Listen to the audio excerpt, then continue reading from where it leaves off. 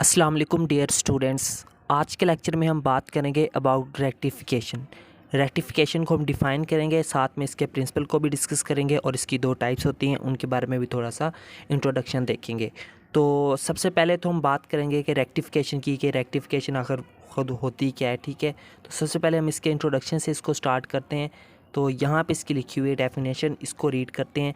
The conversion of AC input signal into DC signal is called rectification. So rectification क्या होती है, यानी कि किसी भी AC इनपुट सिग्नल को DC इनपुट सिग्नल में DC सिग्नल में कन्वर्ट करना, उसको हम क्या कहते हैं, इस कन्वर्जन को हम क्या कहते हैं, रेक्टिफिकेशन कहते हैं। ठीक है, तो उसके बाद देखें, the circuit used for rectification is called rectifier. So वो वाला सर्किट जो कि हम इस कन्वर्जन के लिए हम यूज़ करते हैं, उस सर्किट को हम कहते हैं रेक्टिफायर। ठीक है, और इसी के साथ अ सिंगल डायोड में एक्ट एज अ रेक्टिफायर। तो यहाँ पे जो है वो रेक्टिफायर कौन सा हम यूज़ कर सकते हैं, कोई भी एक सिंगल डायोड को भी हम एज अ रेक्टिफायर हम यूज़ कर सकते हैं। ठीक है, तो ये था बेसिक सा छोटा सा इंट्रोडक्शन अबाउट रेक्टिफिकेशन, के रेक्टिफिकेशन का प्रोसेस आखिर होता क्या है। ठीक है, अब बात करते हैं थोड़ी सी इसके प्रिंसिपल के बारे में। ठीक है, तो प्रिंसिपल में देखिए यहाँ पे हमारे पास क्या है, the one way conduction property of diode that current flows during forward biased and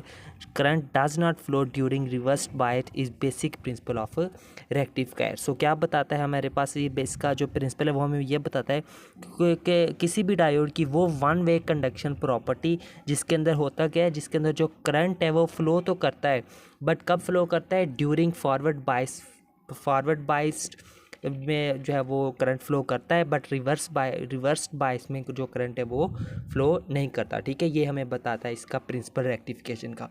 उसके बाद हम बात करते हैं इसकी टाइप्स के बारे में। ठीक है, तो बेसिकली इसकी दो टाइप्स होती हैं। ठीक है, number 1 is half wave rectification and number 2 is full wave rectification. ठीक है, तो हाफ वेव रेक्टिफिकेशन को हम डिस्कस करेंगे नेक्स्ट लेक्चर में, फिर उसे अगले लेक्चर में हम बात करेंगे अबाउट फुल वेव रेक्टिफिकेशन। ठीक है, इन्हीं दो टॉपिक्स को इसी एक लेक्चर के अंदर वाइड अप किया जा सकता था, बट जो है वो क्योंकि थोड़ा सा लेंथी लेक्चर होंगे, इस तरह की वीडियो जो है वो काफ़ी लंबी हो जानी थी, तो इस वजह से मैंने सोचा कि क्यों ना रेक्टिफिकेशन के इंट्रोडक्शन पर एक छोटा सा इंट्रो लेक्चर रिकॉर्ड कर लिया जाए, उसके बाद जो है वो हम डिटेल में बात करेंगे about half wave rectification and full wave rectification. ठीक है, फुल वेव रेक्टिफिकेशन बगज़ाते खुद इसकी फिर अगेन दो टाइप्स होंगी। ठीक है, एक सेंटर टेप और एक हमारे पास जो है वो ब्रिज रेक्टिफायर, उनको फिर हम बाद में ही देखेंगे, इसलिए मैंने इनको डिवाइड कर दिया 2 से 3 लेक्चर्स के अंदर इस टॉपिक को।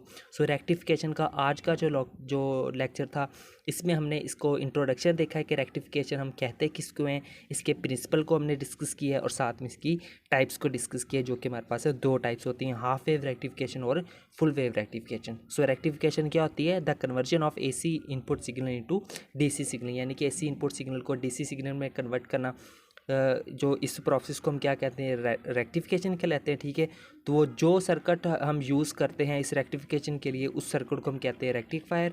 और रेक्टिफायर कौन हो सकता है, एक सिंगल डायोड को भी हम एज अ रेक्टिफायर यूज़ कर सकते हैं। प्रिंसिपल इसका क्या बताता है कि किसी भी डायोड की वो प्रॉपर्टी कि वन वे कंडक्शन प्रॉपर्टी भी हम उसको बोलते हैं, जिसके अंदर क्या होता है, जिसके अंदर जो करंट है वो ड्यूरिंग फॉरवर्ड बायस तो फ्लो करता है, but during reverse bias flow नहीं करता। ठीक है, ये था इसका प्रिंसिपल, और साथ में इसकी दो टाइप्स हो गई, हाफ वेव रेक्टिफिकेशन और फुल वेव रेक्टिफिकेशन। ठीक है, तो इतना कंसेप्ट आप लोगों ने अच्छे तरीके के साथ अपने माइंड में रखना है।